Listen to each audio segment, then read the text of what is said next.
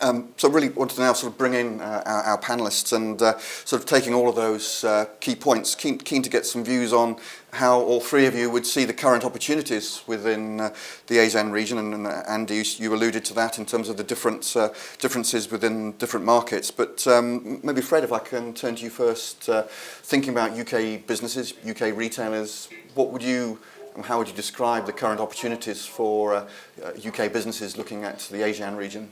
Well, Ian, I suppose it's only been the last 3 or 4 years that I've revisited the ASEAN region, and I can recall being about 18 months ago in Indonesia, for instance. And if I ask the average person in the UK, what can you tell me about Indonesia, I normally get Bali mentioned, and it's a resort area. And then when you actually look at the country, you've got a population in excess of probably 230 million people in a place like Indonesia. It's hard to imagine.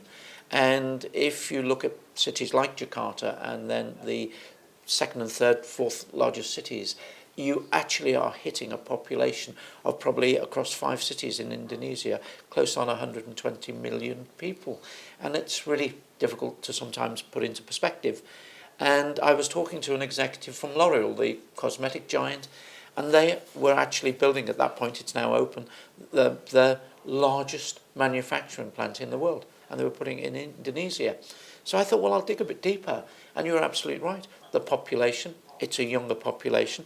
32% of the population are classed or termed as middle class, and Indonesia in the next 5 years is likely to be the 7th largest economy in the world. And it sort of brings it home very quickly that these markets. So I started to look at Vietnam, and I started to look at Thailand, and suddenly my whole perspective of these markets has changed. As you said, it's a younger population. They are very tech savvy. And again, if you look at the numbers, the United Kingdom, the United States and parts of Europe are fairly sophisticated in terms of our e-commerce in retail. Maybe 15, 16, 17% of our retail businesses are done online. In these markets at this moment in time, we're talking about single-digit figures. So we can already see that these markets will replicate what we have in Europe and, say, North America. And therefore, from my perspective, the ASEAN region is probably the region that I would be targeting if I was a UK retailer. And are you seeing an increase in sort of representations from UK retailers who are looking to expand internationally? Absolutely. Are they saying this is where we want to look? Absolutely, and Lee would be an example of that, because Lee came out with the Department of International Trade delegation. And I think, Lee, you were somewhat surprised at the actual opportunities that exist and the number of people that you met that potentially could be partners. And, it's all about, as you said, finding the right partner, but shaping your model, because the model does have to be different for almost any country that you actually go in. There are always tweaks that are needed. And Andy, in particular, you would know that from operating in Malaysia. The models always have to be tweaked to suit the local culture and clientele. Thanks, Fred. So picking up on Fred's point, you did join us, Lee, at the Congress. So yes. I don't know if that was your first visit to the region, but I'd be really interested to get your thoughts on how you see the opportunities in the Asia and the ASEAN region in particular. I think for us, we are particularly starting to take a look at Malaysia. If then for no other reason than we see it as a good gateway into that whole market. I think although we cluster all the countries under the ASEAN region, I think as Andy's already touched on, there's a number of differences between them, although they're perhaps under some common treaties, but actually when you're trading and dealing with them, there are a number of intricacies that we would need to deal with. But I think we're more confident about entering into a market like Malaysia, given that other UK retailers have already developed there. That certainly shows us that there's appetite for UK business, and really from our point of view, it's going to be competing with those UK brands, but also a number of other international and indeed very strong local brands that we would need to compete with. I think it's interesting that Fred was talking there about flexibility in the model, and I think when we have started on our franchise journey, it's been quite a regimented bricks and mortar view, quite a a regimented model as well, but we're starting to, now that we've got more infrastructure in our business, we're able to offer more flexibility. We're talking to partners in some markets about e-com only solutions. Once we've taken a look at the market ourselves, and if a bricks and mortar store locations aren't necessarily viable, then again we've got enough infrastructure now and flexibility to be able to look at different ways of actually doing business in some of these countries. But I think it's also a region you just can't ignore. You can't ignore seventh biggest economy, 30% middle class. The growth rates, despite slowing down, are still very strong. And I think the key thing is that burgeoning population that's coming through. People are hungry for international goods, and I think in that sense that gives us a real opportunity. Yes, yeah. Thank you.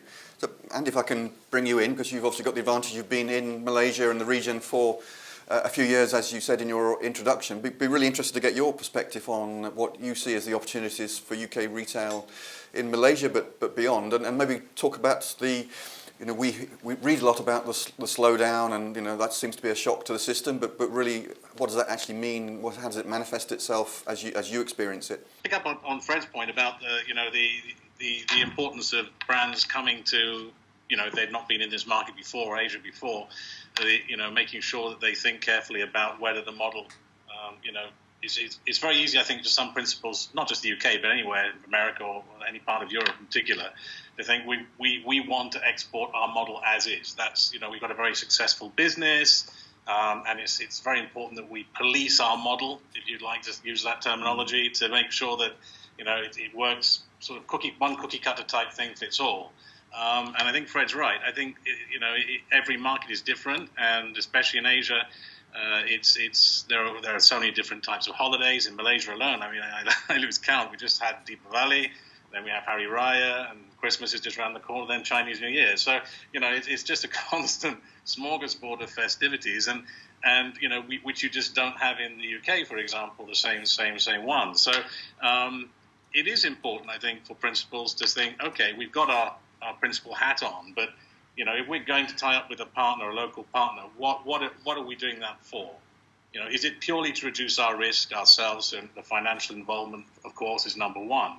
But I think it's also because maybe subconsciously they think that, well, they should be thinking, I think, that they know the market better than perhaps we do. We have a very British perspective of the business, and so it's wise to have perhaps someone who does know something more about the regional, local market to be involved with our business. So I think that takes a little bit of getting used to that idea of, okay, well, yes, we want to have our proven business model adapted or into the markets the best way possible. You don't want to lose sight, of course, of the basic fundamentals of a proven business, but you do, I think, need to take on board perhaps that there will be some requirements, more likely than not, to make sure that it can be adapted to the local market. I think a key case in point here, and I don't suppose we're able to name brands, but it's been one of my bugbears for many years. And I thought they'd got to grips with it this year, but clearly they haven't, because their window displays here in KL have still got the same things up as they've had for the past 3 or 4 years. It's a fast fashion Japanese chain. No guesses. It's the biggest one there is. Okay, but right now, if you go down to their flagship store in KL, as for the past 3 or 4 years, I've said, the window display has a series of mannequins, and they've got winter jackets on, earmuffs, scarves, and hats. And we're talking a climate, as you gentlemen are aware, you were here not that long ago, which is generally 32 degrees and very humid and tropical. And they haven't quite grasped the need, I think, to make sure that they have a better, that whole 3 or 4 month period at the end of the year.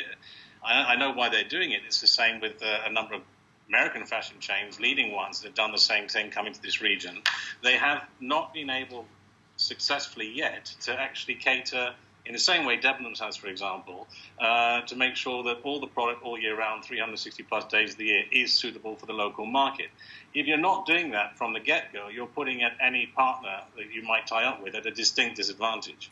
And I don't think you're doing your brand any good in the medium to long term, because, essentially, why would a Malaysian or a number of Malaysians. You might get the odd one who's going back to study in the UK or something, who wants to buy a bomber jacket or something, sure. But is there really enough business to justify having your partners tie up with this amount of stock for this length of time at this particular time of the year? So I think that is important. I think Fred's right that, come to the market by all means. There's plenty of possibilities here. But the first question should really be, have I got the right product? What is it I'm trying to sell? And, is it suitable for the population that I'm trying to sell to? And then I think the point that Lee said, that the importance of having product, an affinity in a market for the product you're trying to sell, and I think that's exactly ties in with this. I think that's why Malaysia is potentially a very good avenue into the region. Historically, it might have been through Hong Kong or potentially Singapore, but the cost of doing business there is so high these days that actually Malaysia is, I think, becoming a better springboard for a lot of brands to consider this as a very practical and pragmatic approach.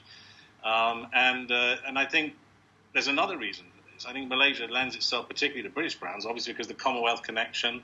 A lot of Malaysians study in the UK. There's a lot of crossover between the UK and Malaysia on many different levels. Nottingham University has a campus here.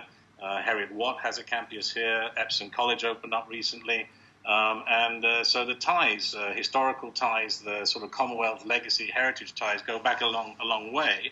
And I don't think it's surprising, therefore, that we do see so many brands already in the market have managed to sustain business here for a number of years. And over a great period of 10, 20 years, we've had the likes of M&S here, and ourselves over almost coming up to 10 years. So there's a lot of affiliation with British brands and everything British, and I think that it makes absolutely perfect sense for UK brands in particular to consider a market entry into the region in a place which is open to business for British companies and firms. And I think it's very important also, probably we'll get to this a bit later on, but to commend the likes of the work from the DIT and Fred's team and the British High Commission, the British Malaysian Chamber of Commerce. All these institutions really do a great job of trying to promote that Britishness, if you will. And case in point was the great shopping campaign that was run very successfully here didn't do it this year, but for the past 3 years. And I think when it first started 3 or 4 years ago, there were about 40 brands that were involved, and it finished off last year, the final year they ran it, at well over 120, I think. So, again, I think it shows that there's definitely a willingness to buy into the Britishness of brands that come to the market, assuming they've got a selling point. And then that is a completely different matter again. I mean, what is it you're selling? Is it the right price? Is it suitable for the market?